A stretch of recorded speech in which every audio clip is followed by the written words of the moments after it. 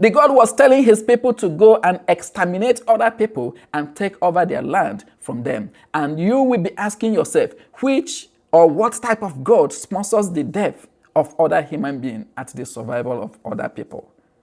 What you fail to understand is that the God of every people is personalized to them.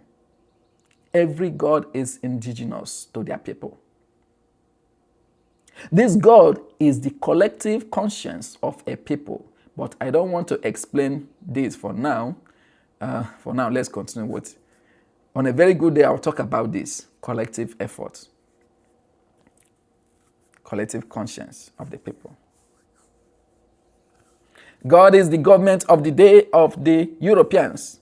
God, government of the day. Get thee out of thy country, Abraham, to another country that I am going to show you. And an Agidi man from Africa thinks that he is Abraham or Isaac or Jacob. Or maybe his father is Abraham because he has abided by a certain culture or a belief system, as the case may be.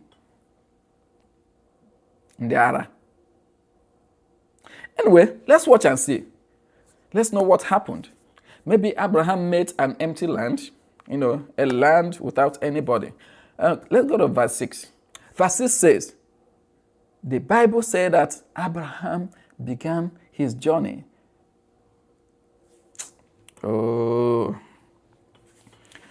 Abraham began his journey and passed through the land of Shechem unto the plains, land of Moreh. And the Bible said that as at that time, the Canaanites were in that land. Mark that word, the Canaanites, they were in that land. Genesis chapter 12, verse 6, said that the land Abraham came to meet or occupy was never an empty land. No. Abraham saw a land that was occupied already by indigenous people of the Canaanite. And the Lord started to speak. The Lord spoke to Abraham in verse 7 and said, unto thy seed will I give this land of Canaan, a land full of milk and honey. This is becoming more interesting. When these people talk about milk and honey, you think it is just mirara and then honey coming from the bee. If you are thinking in that direction, that means your brain has been removed. I will give you the land filled with milk and honey. This is the word of God. Thanks be to God. Nwachukwu, I am going to give you that land filled with milk and honey.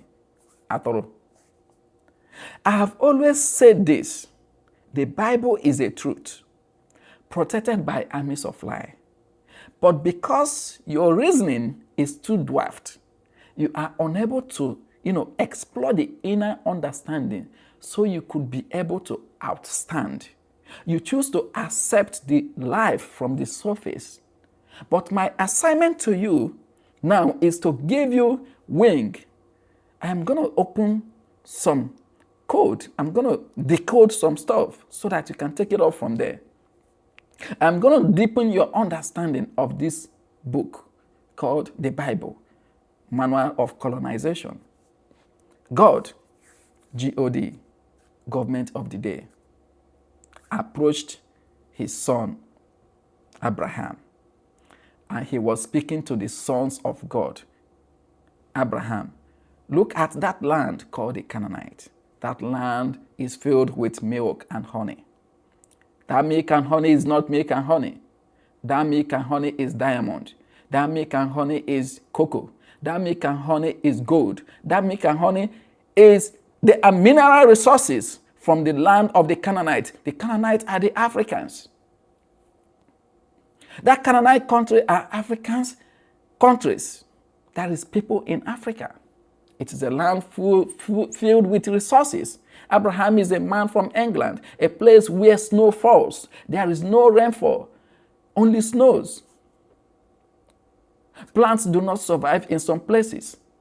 So the land by nature lacks fertility. England by nature has little to no gold beneath their land. Yet they are among the highest gold reservoirs today in the world.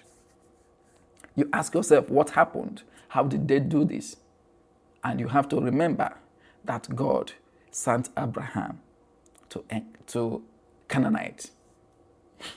What did he went there to do? To occupy and inherit people's property.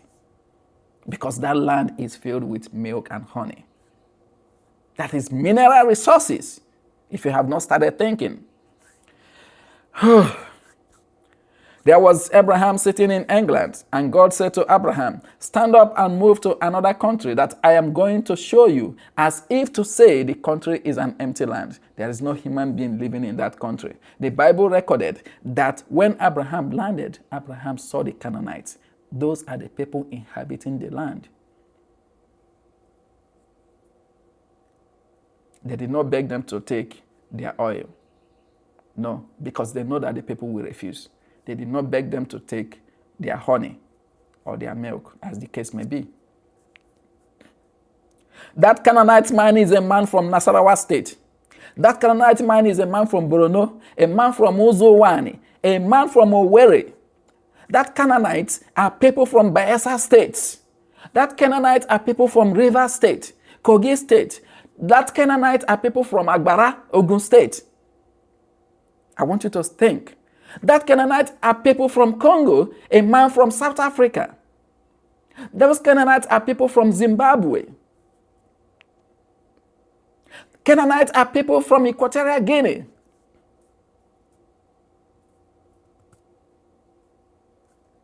So when these people saw Abraham came in, they thought Abraham was just a normal visitor who came to sojourn their land, who came to take pictures and go back to his country or his father.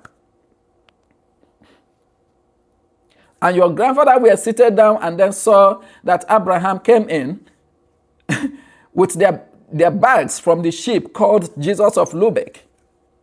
That Jesus of Lubeck means Joint European Slave Union ship. They welcomed those people that came with the Jesus of Lubeck ship. They thought they were friends. Just like the monkey thought that she was a friend to the lion, coming down to stay with the lion. They gave them land. They said, go and build church for free. What they didn't know was that there was a God telling Abraham that the land he came to meet, the land he came to visit, has become part of his inheritance. The Canaanites never knew this. Berlin Conference, 1884 to 1885. So while your grandfather were busy welcoming Abraham in their houses, in Canaanites, the Canaanites were busy welcoming Abraham. These people were busy organizing meetings, using map of capital world to share people's land and their resources. 7 countries participated in that meeting, in that sharing, not really meeting, but sharing of people's inheritance. Belgium, Germany, England, Spain, France, Portugal, name them. They all participated in all this. God sent Abraham. Anyway,